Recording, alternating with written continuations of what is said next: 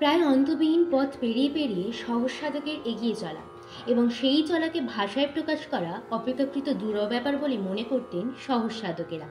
তাই অন্যতম সাধক কবি কাহ্নপাদ বলেছেন, আলে গুরু উত্তরসই শীষ, বাক্যতথিত কৈবকিস। কি নিয়ে আলোচনা করছি বুঝতে পারছেন না, তাই তো? একটু সহজভাবে বলি তাহলে। নমস্কার, আমি সঞ্চয়িতা।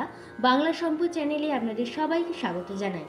আজ যে বিষয়টি নিয়ে আলোচনা করব সেটি হলো চর্যাপদের আবিষ্কার কাহিনী।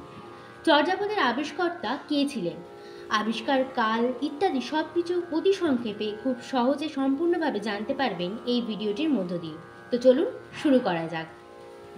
প্রথমেই বলি, চর্যাপদ মূলত কতগুলো পদ বা কবিতার গানের সংকলন।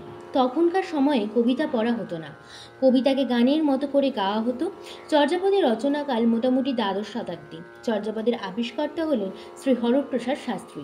হরপ্রসাদ শাস্ত্রী কয়েকবার নেপালে যাত্রা করেন।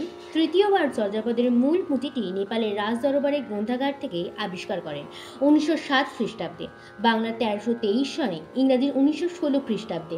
তিনি বঙ্গীয় সাহিত্য পরিষদ থেকে 4টি পুঁথি একত্রে চর্যাচর বিনিশ্চয়, সরৌপাদের 2টি দোহা ও কৃষ্ণচার্যের ডাকরণ্যম, 1000 বছর পুরানো বাংলা ভাষার বৌদ্ধ গান ও ধোঁয়া নাম দিয়ে প্রকাশ করে 46টি পদ এবং 24 জন পদকর্তার সন্ধান পাওয়া যায় চর্যাপদে।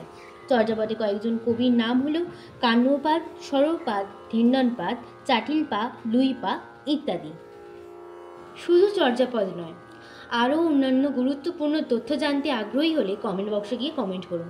স্বল্প সময়ে অতি সংক্ষেপে গুরুত্বপূর্ণ তথ্য পেতে গেলে চ্যানেলটি সাবস্ক্রাইব করুন। ভালো লাগলে অবশ্যই লাইক শেয়ার করতে ভুলবেন না।